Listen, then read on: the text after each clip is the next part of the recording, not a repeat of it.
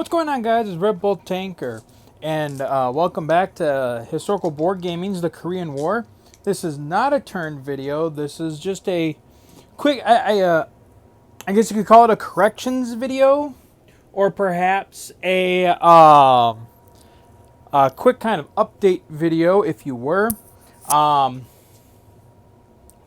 starting off, one second here. Actually, before I do that, let me just do this quick. So, I made a mistake a couple turns back on turn 3. So, on turn 3, or no, maybe not turn 3. What was it? 1, 2.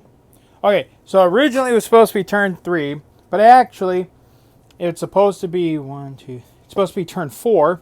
On turn 4, the North Koreans are supposed to be gifted from the Soviet Union 4 jet fighters. The only jet fighters that the communists will have in the game. And that is because historically during the Korean War, about the beginning of 1951, between June and February, or between January and February 1951, the Soviet Union gifted the North Koreans MiGs, and some of the MiGs were piloted by white-skinned gentlemen speaking North Korean, though claims from Stalin and the Politburo in Moscow claim that there are no Russians in North Korea. But so on turn 4, I forgot to gift these jets to Airsoft Commando, and he graciously accepted my apologies, and the jets will cross over from the Soviet Union and be placed here for him to use in the coming turn.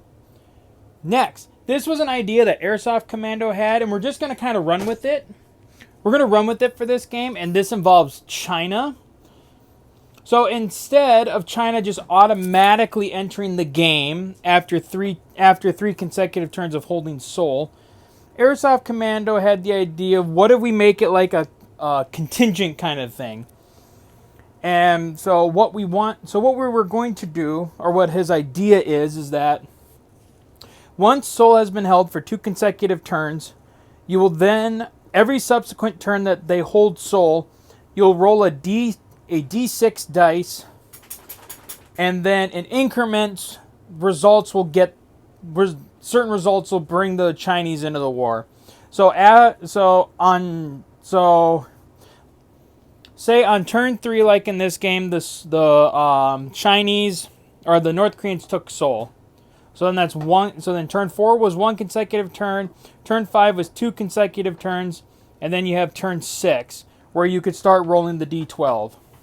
So on the first roll, on a result of 1, China would enter, and then going into this turn, on a roll of 2 or less, China would enter the war.